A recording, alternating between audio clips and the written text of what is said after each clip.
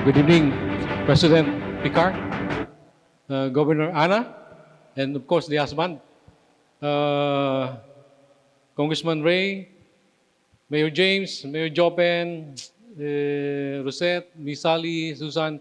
Pwede Susan, I understand your morning, so condolence and kasi yung pong mom niya, nagulat nga ako yung si Share.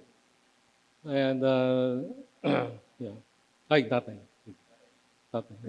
And of course our mga department, national agencies, lahat po ng members ng PCCI, thank you.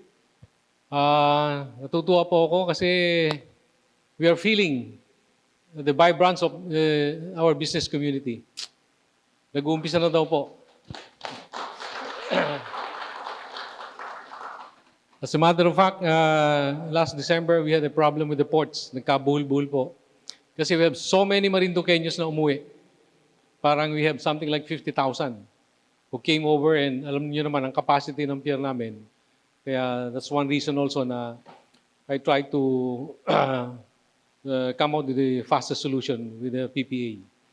So alam ko po ito, mga tao na nandito, ito yung mga negosyante natin na who values time so much. Sabihin nga natin, time is gold, di ba? So, doon ko po kayo dadalahin. Kaya kanina, bisita ko po si Ron, saka si Dot.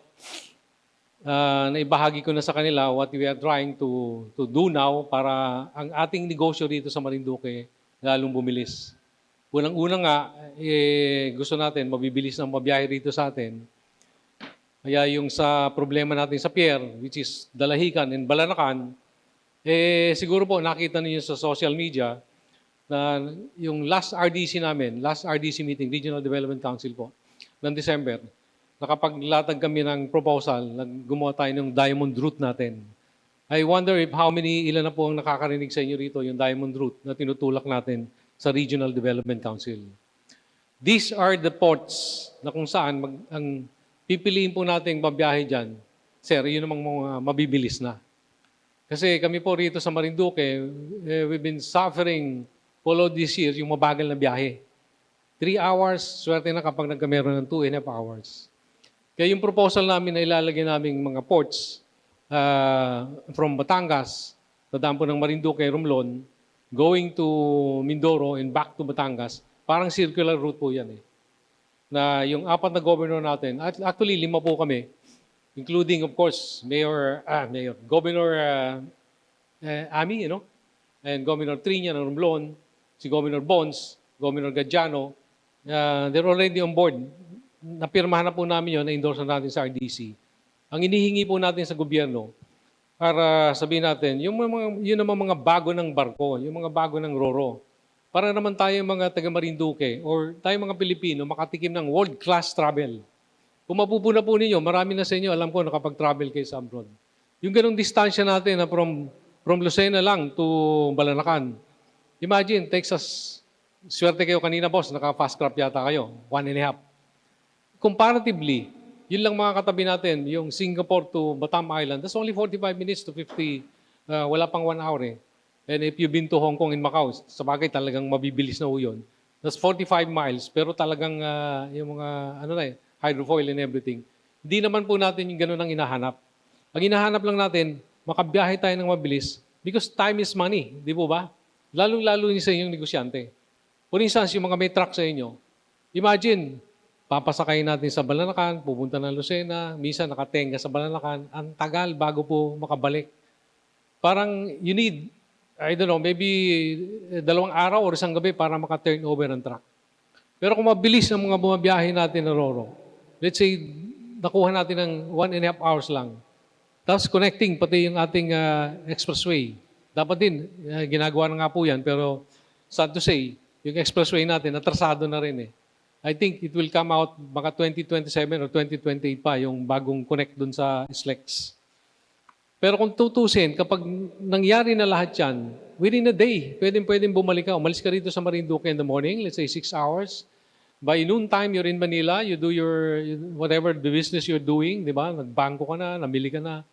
In the afternoon, pabalik ka na ulit sa Marinduque. Yun ang dream natin. And hopefully, people, guys, you help me. tulungan po ninyo, si Congressman, kami lahat na namumuno dito sa ating bayan. Kasi without your support, baka po matagalan ito. Pero kung tayo dito sa Marinduque, nag-iingay na tayo, oops, maganda po yan ah. Bakit po hindi suportahan ng gobyerno? Kasi I was told, na-inform ako, na nagiging problema natin are the marinas.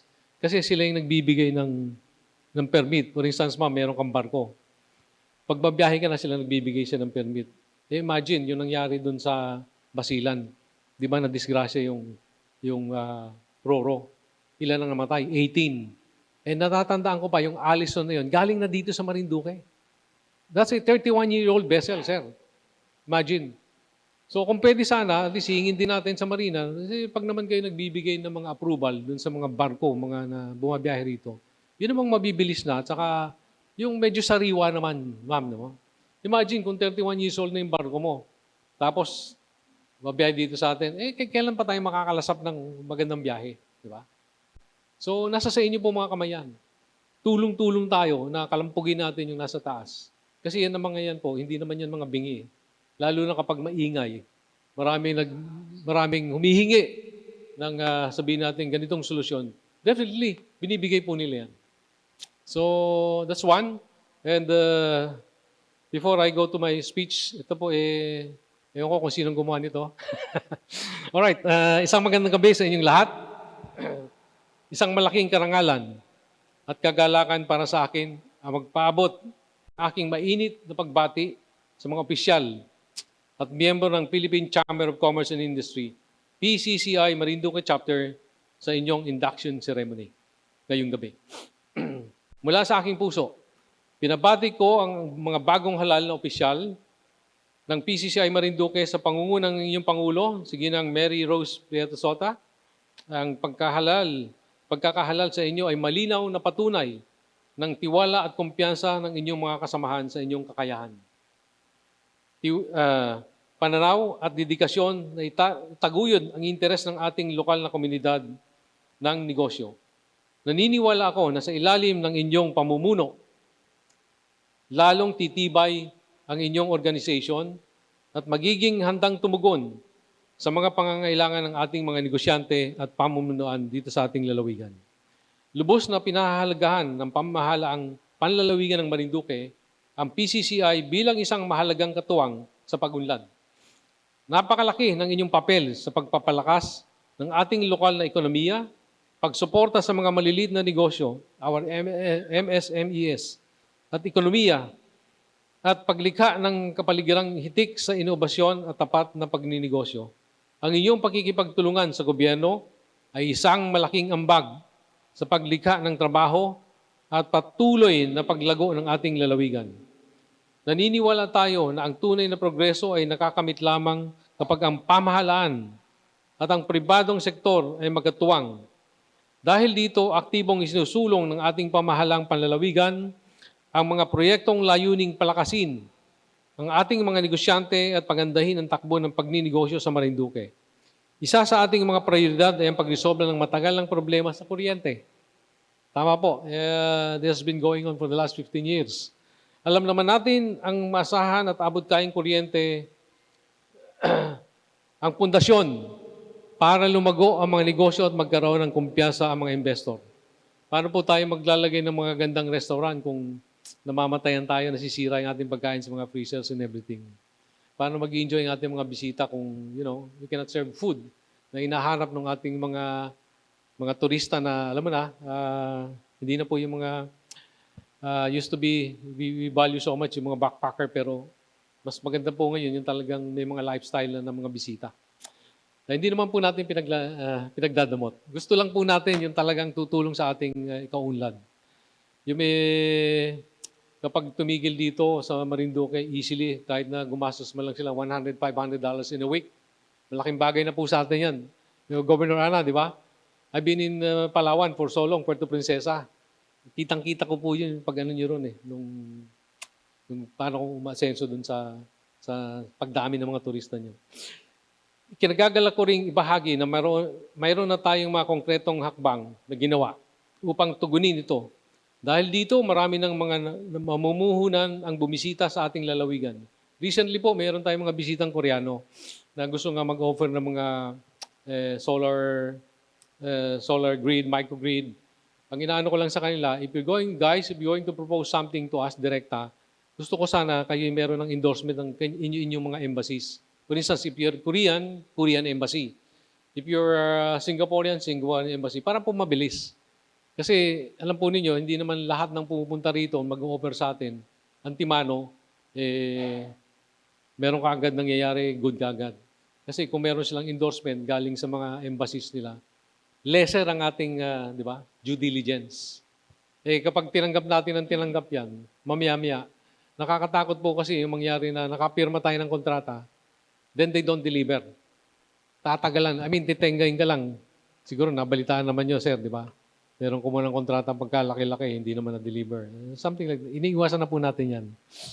Makakaasa kayo na ang pamahalaang panlalawigan ay lagi nakasuporta sa mga programa ng PCCI Marinduque, lalo na sa mga insenitibong nagsusulong ng pag-unlad para sa lahat. Determinado kaming bumuo ng isang kapaligiran kung saan ang mga negosyante ay magtatagumpay. Ang mga puhunan ay mapoprotektahan at ang bawat mamamayan ay makikinabang sa ating pag-unlad. Di po ba, sana nga, kung pwede nga lang, lahat maging milyonaryo kagad, di ba? Para lahat masaya. Di ba? For instance, sir, they were trying to, sino bang aayaw na magkameron tayo ng international port dito? But the thing is, we're not ready. Kaya po medyo natingin ang airport namin, kung nagtataka kayo, bakit walang aeroplano?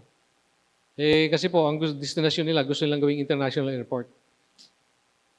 But the thing is, ang mga kababayan namin dito, wala pa naman doon sa stage na maraming surplus na pera para bumiyahe. Di ba, ate? For instance, padalang kita ng isang aeroplanong Koreano, 250 passengers. Pagbaba ng aeroplano mo, wala namang Marinduque yung sasakay. Hindi matutuloy. Matitenggang aeroplanong malulugi yung may-ari. Yun po sana, kaya gusto ko talagang umulad ang negosyo rito para lahat tayo, pati mga ordinary employees, maka-afford na makabiyahe kaagad. Sa inyong pagsisimula sa bagong yugtong ito ng inyong pamumuno, hinihikayat ko kayong manatiling kampyon ng pagkakaisa at makabagong pagninegosyo. Naway manatili kayong matatag na katuwang ng pamahalaan sa pagbuo ng isang mas masigla at mas maunlad na Marinduque para sa atin at mga susunod na henerasyon. Muli, congratulations sa lahat ng mga bagong opisyal ng PCCI Marinduque, naway magpatuloy ang inyong organisasyon bilang haligi ng ating ekonomiya at tapat na kaalyado sa ating hangarin para sa kaunlaran. Maraming salamat po at mabuhay ang PCCI Marinduque. Mabuhay tayong lahat. Thank you po. Magandang gabi.